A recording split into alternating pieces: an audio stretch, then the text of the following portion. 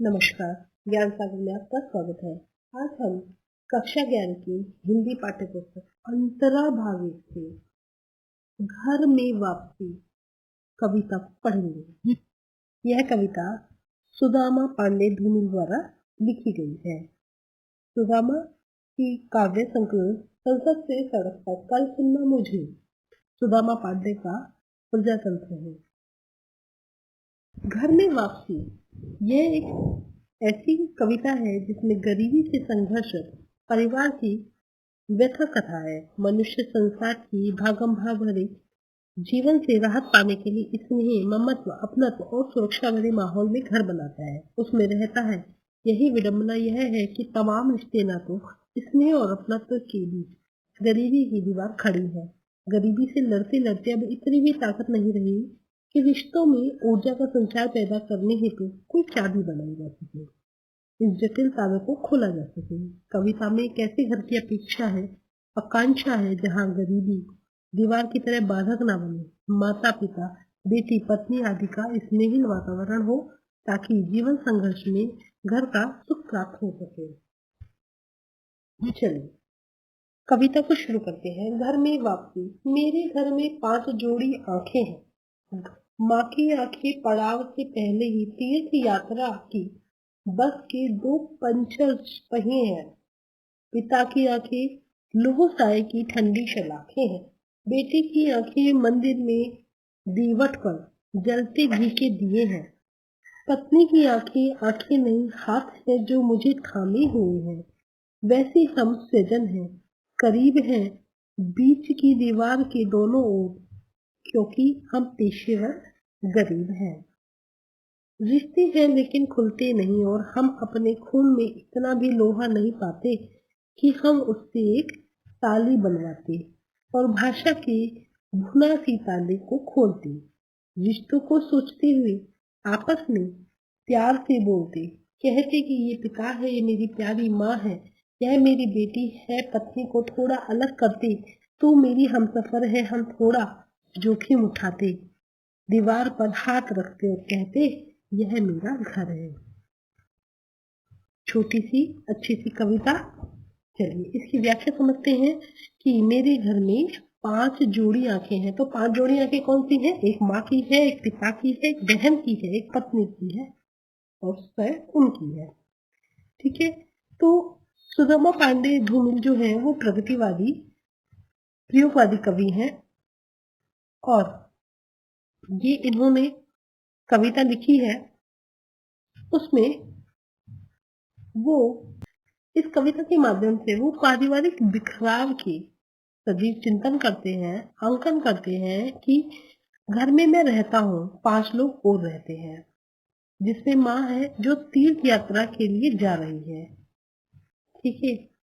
पड़ाव से पहले ही तीर्थ यात्रा की बस की 2 पंचर पहिए हैं, यानी पड़ाव पर पहुंचने से पहले ही पंचर हो गई हैं, यानी उनकी आंखें गरीबी के कारण ऐसे ही अपना महत्व और तेज खो चुकी हैं।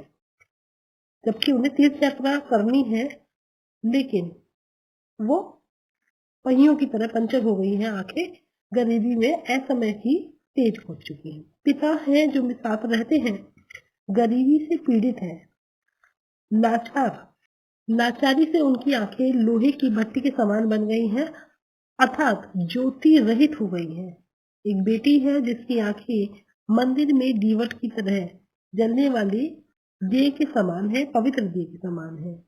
निर्धनता के कारण ऐसा में ही वो काली पड़ गई हैं, अभावों ने उसे भी नहीं छोड़ा, यानी मेरी बेटी की आंखें अभावों के कारण काली पड़ गई हैं। मेरी पत्नी है, आंखें नहीं बल्कि हाथ है, यानी वह मेरे अभावग्रस्त जीवन में सहयोगी है। उसने हाथों से थाम रखा है, उसने उसने मुझे अपने हाथों से थाम रखा है, गरीबी के असहाय जीवन को जीने का बल दिया है। इस प्रकार कहने को तो हम सब स्वजन हैं, यानी सब अपने ही हैं, एक ही घर परिवार के सदस्य हैं जो एक छत के नीचे रहते हैं, और पास पास रहते हुए हम सबके बीच विवशता की दीवार खींची हुई है। उससे अनजाने ही हम सबको बांट दिया है। वो हमारे बिखराव का मूल है, क्योंकि हम पेशेवर गरीब हैं। अभावों ने हमें बांट के रख दिया है। कवि कह रहे हैं कि निर्धनता और पीड़ा से जो जीवन है उसे हम आपस का प्यार प्रकट कर ही नहीं पाते। कवि सोचता है कि कुछ ऐसा किया जा सके काश कि जिससे ये पारिवारिक संबंध जो है दृढ़ हो जाए और मजबूत हो जाए और मधुर हो जाए। चलिए प्रश्न उत्तर कर लेते हैं। पहला प्रश्न, घर एक परिवार है, परिवार में 5 सदस्य हैं, किंतु कवि 5 सदस्य नहीं उन्हें 5 जोड़ी आंखें क्यों मानता है? परिवार में 5 लोग हैं जिन्हें देखकर लगता नहीं कि वो सभी एक दूसरे की मजबूरी समझते हैं।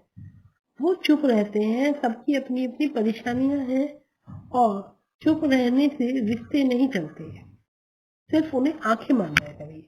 प्रश्न नंबर 2, पत्नी की आंखें आंखें नहीं हाथ है जो मुझे थामे रहते हैं।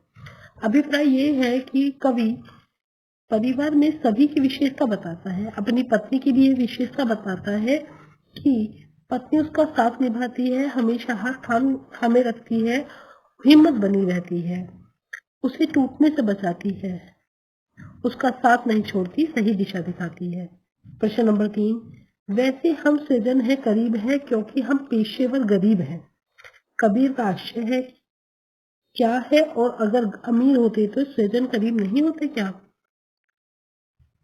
इन लाइनों के द्वारा कवि ये कहता है कि पैसे की वजह से रिश्तों में पड़ने वाले जो फर्क है उसका वर्णन किया गया है। गरीब लोगों के पास भले ही पैसे नहीं होते लेकिन वो गलत नहीं बोलते, किसी के साथ बुरा नहीं करते, मेहनत करके खाते हैं, सभी एक दूसरे की मजबूरी को समझते हैं। लेकिन अमीर लोगों का जो लालच है वो कभी खत्म नहीं होता, उनके घर में न शांति होती है न दूसरों को एक दूसरे की समझ होती है। प्रश्न नंबर 4, रिश्ते हैं लेकिन खुलते नहीं, कवि के सामने कौन सी व्यवस्था है? तो कवि एक निर्धन परिवार का है, वह दरिद्र है और गरीबी उनके रिश्तों को न खुलने का कारण है, वो एक दूसरे से अपनी बातों को साझा नहीं कर पाते। प्रश्न नंबर 5, काव्य सौंदर्य स्पष्ट करना है। आशा है आपको वीडियो अच्छी लगी होगी, एक्सप्लेनेशन समझ में आए होंगे, प्रश्न उत्तर क्लियर रहे होंगे। अगर वीडियो पसंद आई है तो उसे लाइक कीजिए, दोस्तों में शेयर कीजिए और चैनल पर अगर नए हैं तो चैनल को सब्सक्राइब कीजिए। आप जो हमें अपना प्यार दिखा रहे हैं, सहयोग कर रहे हैं, उसके लिए आपका धन्यवाद करते हैं, आभार व्यक्त करते हैं। आज के लिए इतना ही, बने रहिए ज्ञान सागर में। धन्यवाद।